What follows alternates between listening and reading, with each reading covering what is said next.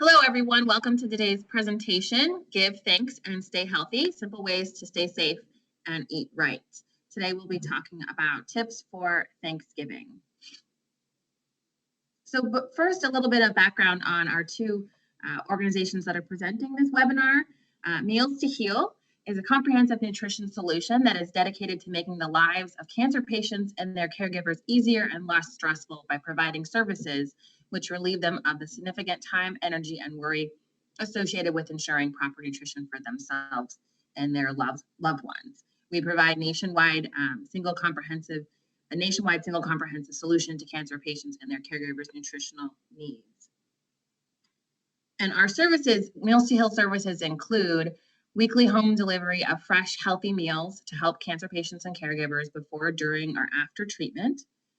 Nutritional coaching services offered by highly experienced oncology certified registered dietitians, cancer survivorship programs, a supportive products marketplace with easy access to reputable oncology nutrition supplements, and access to scientifically proven evidence-based information.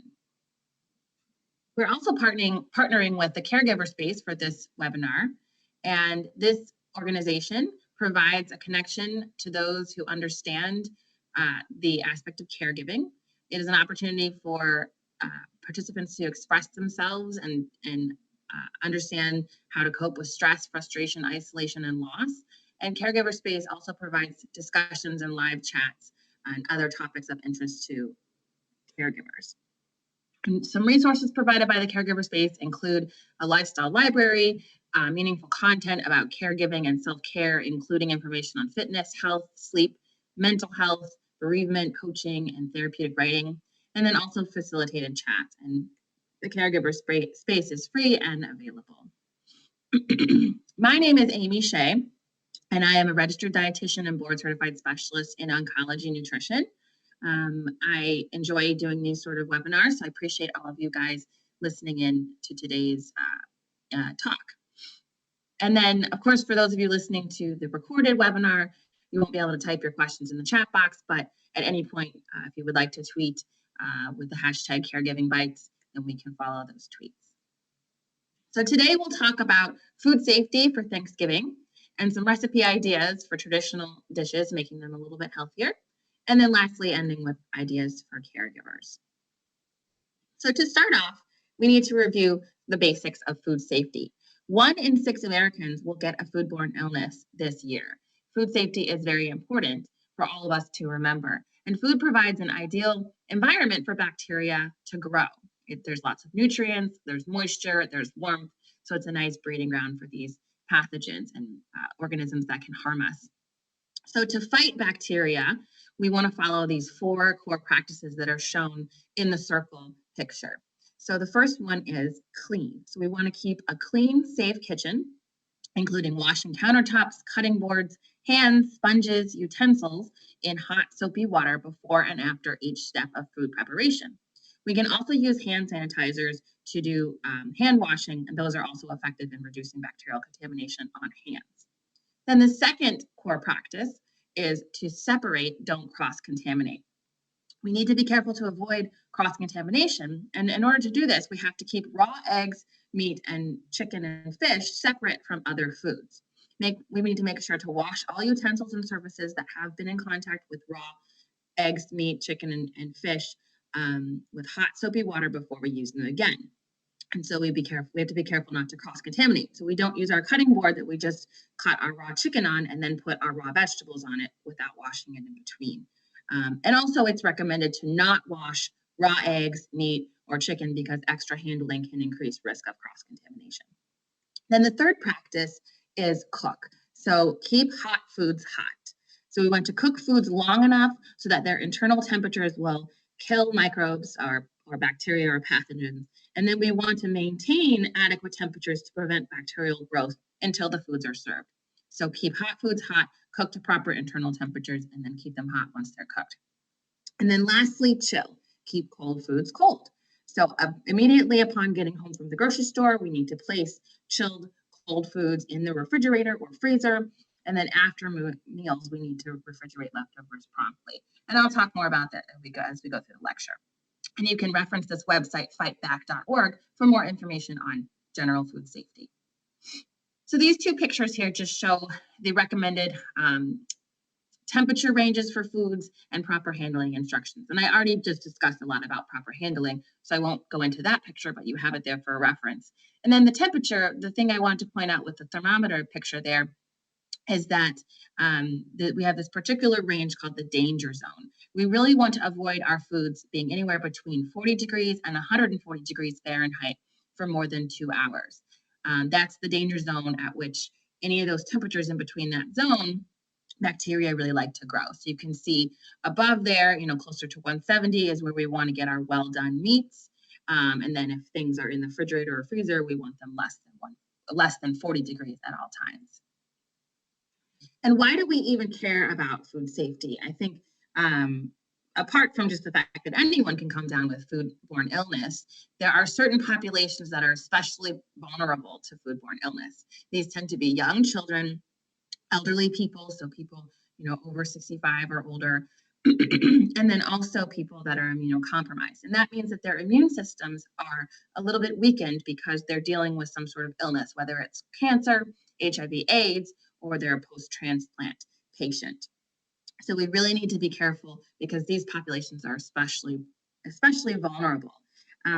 Luckily, our U.S. food supply is among the safest in the world, but the organisms that we cannot see, smell, or taste are usually the ones that end up causing foodborne illness. So even though a food may be past its expiration date, or or maybe it's not past its expiration date, but it may look fine, sometimes we can't tell if these bacteria are present. So we need to be really careful and follow all these proper procedures that I've already been talking about. So keeping that in mind as we go through the rest of the presentation. So now moving on to talk about turkey. There's lots of things we have to consider when we're preparing our turkey for Thanksgiving. And I'll go through each of these bullet points over the next several slides and hopefully answer your questions. So what do we know about a fresh versus frozen turkey, and how much do we need? So for both of them, we want to allow about a pound per person that we're serving. So that can help us decide how big of a turkey we need to buy. And then for a fresh turkey, we only want to get it about 1 to 2 days before we're going to cook it. And then the frozen, we're going to keep it frozen until we're going to thaw it. And I'll talk about thawing in 1 second. For fresh turkeys, we want to store them in the refrigerator until they're ready to cook, and also place them on a tray that's in order to catch any juices that may leak from the turkey. Also, it's not a good idea to buy fresh pre-stuffed turkeys because harmful bacteria can grow in the stuffing and multiply very quickly. So we don't want fresh pre-stuffed turkeys. And then for frozen, for a pre-stuffed turkey that's frozen, we only want to buy those that display the USDA or state mark of inspection. And we do not thaw pre-stuffed frozen turkeys, again, because of the issue with bacterial growth that can happen. So then there's 3 ways to thaw our turkey safely. The first way is the best, that's in the refrigerator. But if you look there, it can take a long time to thaw your turkey. And I think this is where people don't realize how long it can take. So in the refrigerator is best. And it takes about a day, 24 hours, for every 4 to 5 pounds of the turkey. So this could be several days. This could be almost a week prior to actual Thanksgiving where you would be thawing your turkey. This is the safest method, and it does result in the best finished product. You want to keep the turkey in its original wrapper. Again, place it on a tray or in a pan to catch juices. And you can leave, like I said before, the thawed turkey in the refrigerator for 1 to 2 days. So if it gets done thawing the day before Thanksgiving, that's fine. And if necessary, you can actually refreeze a properly thawed turkey. And again, this is the safest method, and it will result in the best finished product. Then another option is to thaw it in cold water, submerged in cold water. And you need to allow approximately 30 minutes per pound for this method. You have to change the water about every 30 minutes because, of course, the water temperature will become colder because it's taking away the heat from the turkey, so it won't be effective at thawing if it's cold. And the other thing with this is, again, you're supposed to wrap your turkey securely, making sure that water is not able to leak through the wrapping. And you need to cook the turkey immediately after it is thawed, and it's not able to be refrozen with this method. Lastly, you can also thaw your turkey in the microwave, but you need to check the owner's manual for acceptable turkey size, minutes per pound, power level, etc. So this option may not work, of course, if you have a very large turkey, or depending on your specific microwave requirements. And then, of course, with all of this, remember to always wash hands, utensils, and anything else that comes in contact with raw turkey and its juices in hot water and soap. So then now roasting the turkey. We want to set our oven temperature to no less than 325 degrees Fahrenheit. We're going to place the turkey on a rack in a shallow roasting pan. Ideally, for optimal safety, stuffing the turkey is actually not recommended. For more even cooking, it's recommended that you cook your stuffing outside of the bird in a casserole dish, and also that you use a food thermometer to check the internal temperature of the stuffing, which should reach 165 degrees Fahrenheit.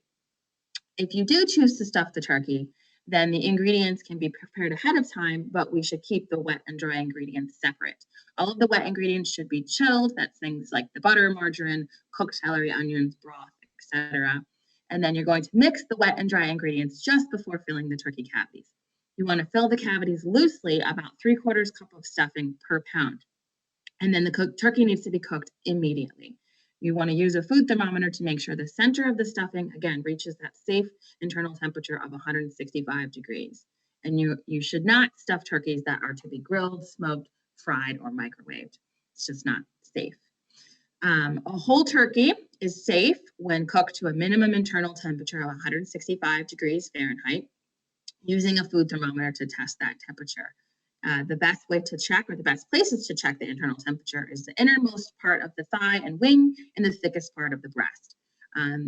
Some people may prefer to cook their turkey to a higher temperature, and that's perfectly fine. We just need to get that safe cutoff of 165 degrees.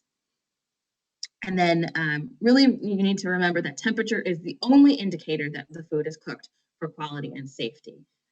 So we can't just tell by looking at it. We really have to use that thermometer.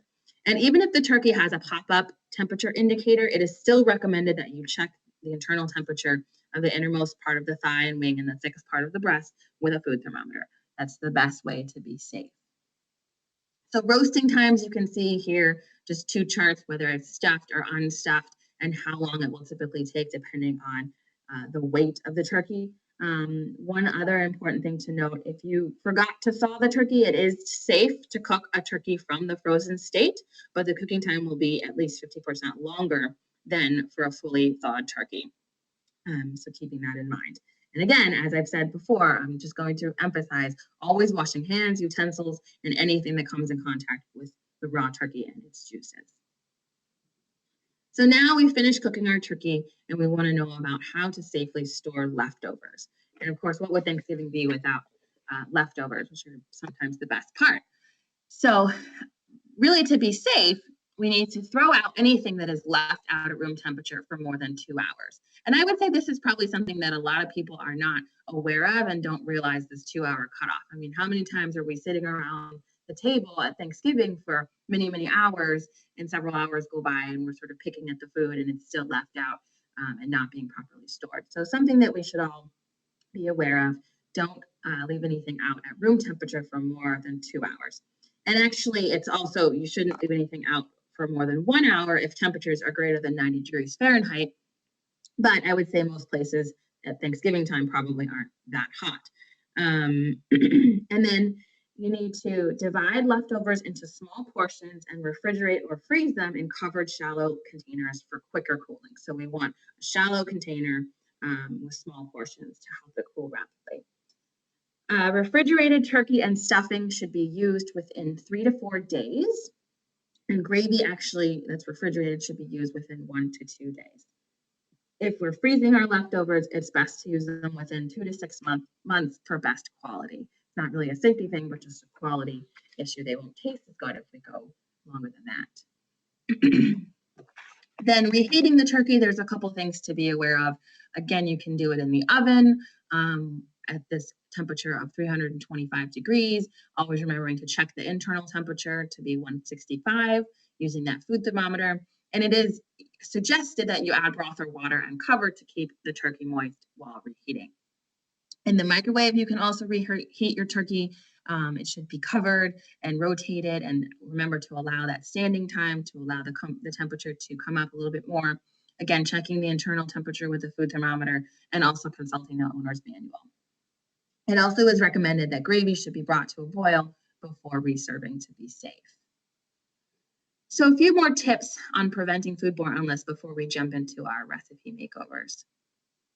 It's important to plan ahead when you're getting ready for your big Thanksgiving feast. So we need to make sure we have all the right equipment, obvious things like cutting board, utensils, food thermometers, cookware, shallow containers for storage, soap, paper towels, etc.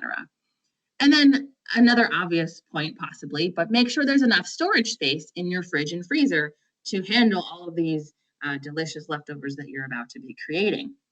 So checking that out and making sure there's adequate space. And it's a good idea to use an appliance thermometer to make sure your fridge stays at or below 40 degrees Fahrenheit, because again, we don't want to enter into that danger zone, which is above 40 degrees.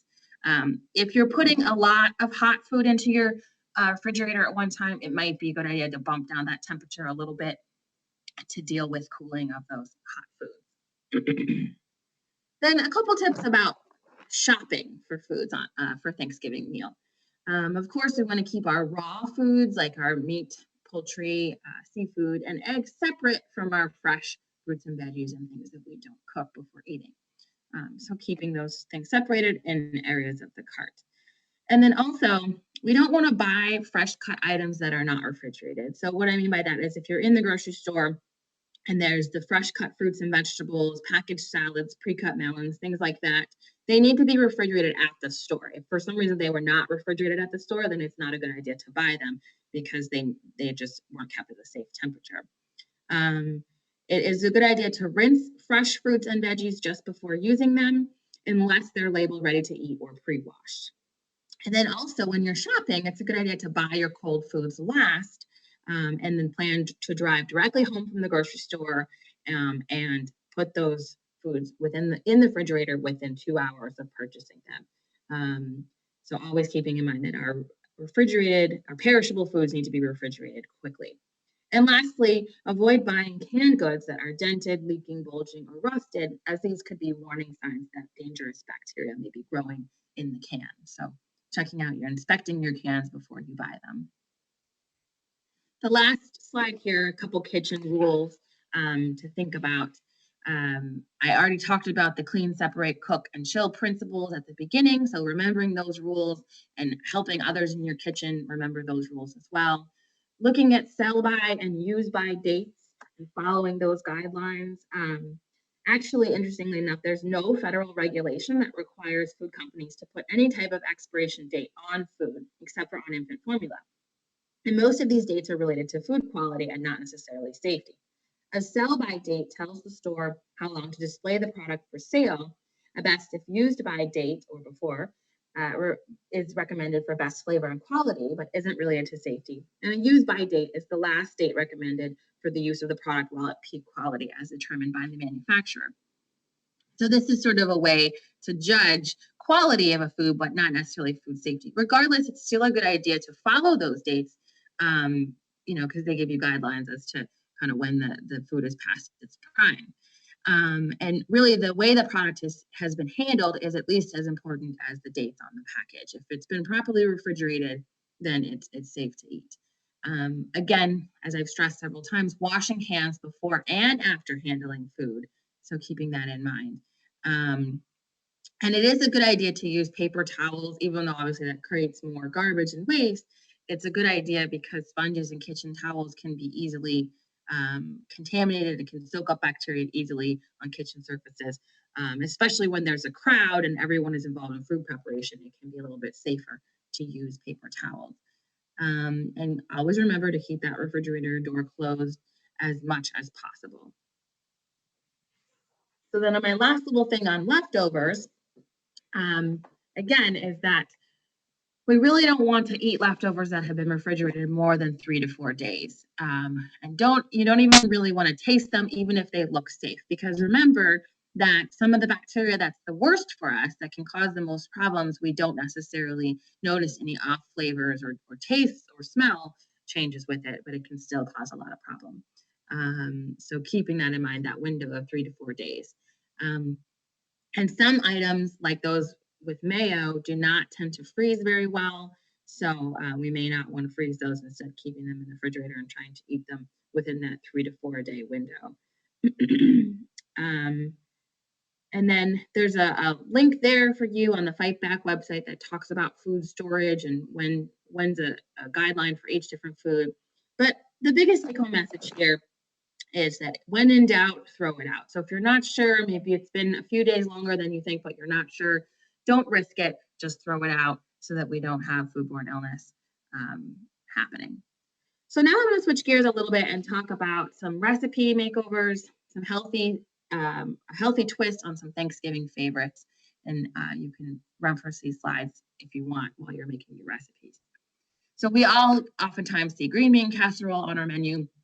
And instead of using canned soup, you can switch this around and make a yummy creamy sauce with low-fat milk, which helps cut out unnecessary salt or sodium and fat. Instead of topping with the typical fried onions that you think about, you can crisp your own sauteed shallots, which are a small type of onion. And then, adding herbs and mushrooms and onions and lots of yummy things that can make it a very healthy recipe. And I provided a link there for a recipe on thefoodnetwork.com that is a healthy makeover of this green bean casserole. Brussels sprouts are another really great option, and this is a very easy recipe to do. Really, you're just mixing them with olive oil, salt, and pepper, and roasting them. And it's very simple, quick thing. And remembering that there's a little added bonus, Brussels sprouts contain cancer-fighting compounds, as do many of the veggies and fruits that I'm talking about today. For your stuffing, a good idea is to try using whole wheat bread instead of white bread to get additional fiber, vitamins, and minerals. And then you can add celery, onions, apples, parsley, rosemary, etc. And all these yummy flavors and herbs will combine together to make it a very yummy stuffing. And then there's instructions there for how to mix it with broth and then baking it for a little while to get that nice, good tasting stuffing. Garlic mashed potatoes are another great option, a little bit different than our typical mashed potatoes. So typically we use butter and whole milk to make mashed potatoes, but we can actually leave that out and save on saturated fat and calories by instead adding garlic to add lots of flavor. And the Yukon Gold potatoes actually have a nice natural creaminess to them, so we won't miss out on the butter and whole milk.